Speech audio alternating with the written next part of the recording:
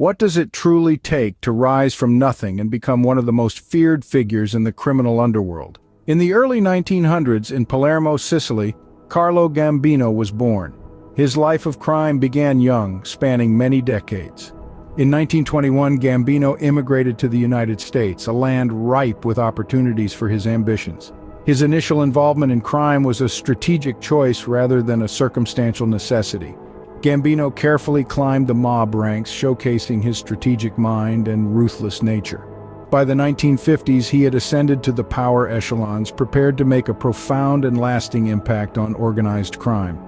By the 1950s, Gambino was set to make his move, a move that would shake the foundations of the criminal world. How does one seize control of one of the most notorious criminal organizations? For Carlo Gambino, it was a cunning game. He was a master manipulator, a puppeteer pulling strings. Using calculated patience, he scaled the mafia hierarchy, always planning ahead. His rise wasn't luck, it was sharp wit and instinct for survival. In the mafia world, opportunities often come disguised as tragedies, like the assassination of Anastasia in 1957. With Anastasia's death, a power vacuum emerged, and Gambino seized his strategic mind and tactics were about gaining and maintaining power, a balance of fear and respect keeping him at the top. By 1957, Carlo Gambino sat atop the largest and most powerful criminal organization in America. What was the cost of Gambino's reign, and how did it all come to an end? This question pertains to Carlo Gambino, a figure synonymous with power and fear in the criminal underworld. His reign was riddled with notorious crimes and manipulation of the mafia's echelons. Gambino's reach was vast, penetrating all aspects of the illicit trade. He possessed a unique ability to avoid law enforcement by implementing strategic maneuvers, maintaining a low profile that kept him and his organization out of justice's grasp. However, the inexorable march of time spares no one, not even the most formidable kingpin.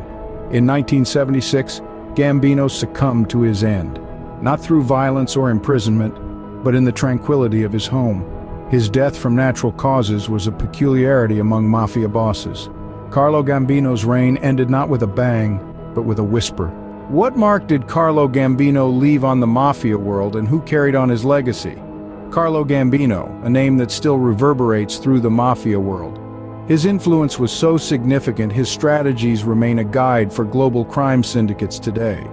Gambino's reign, marked by cunning and evasion of the law, left a legacy of underworld navigation. But was his successor?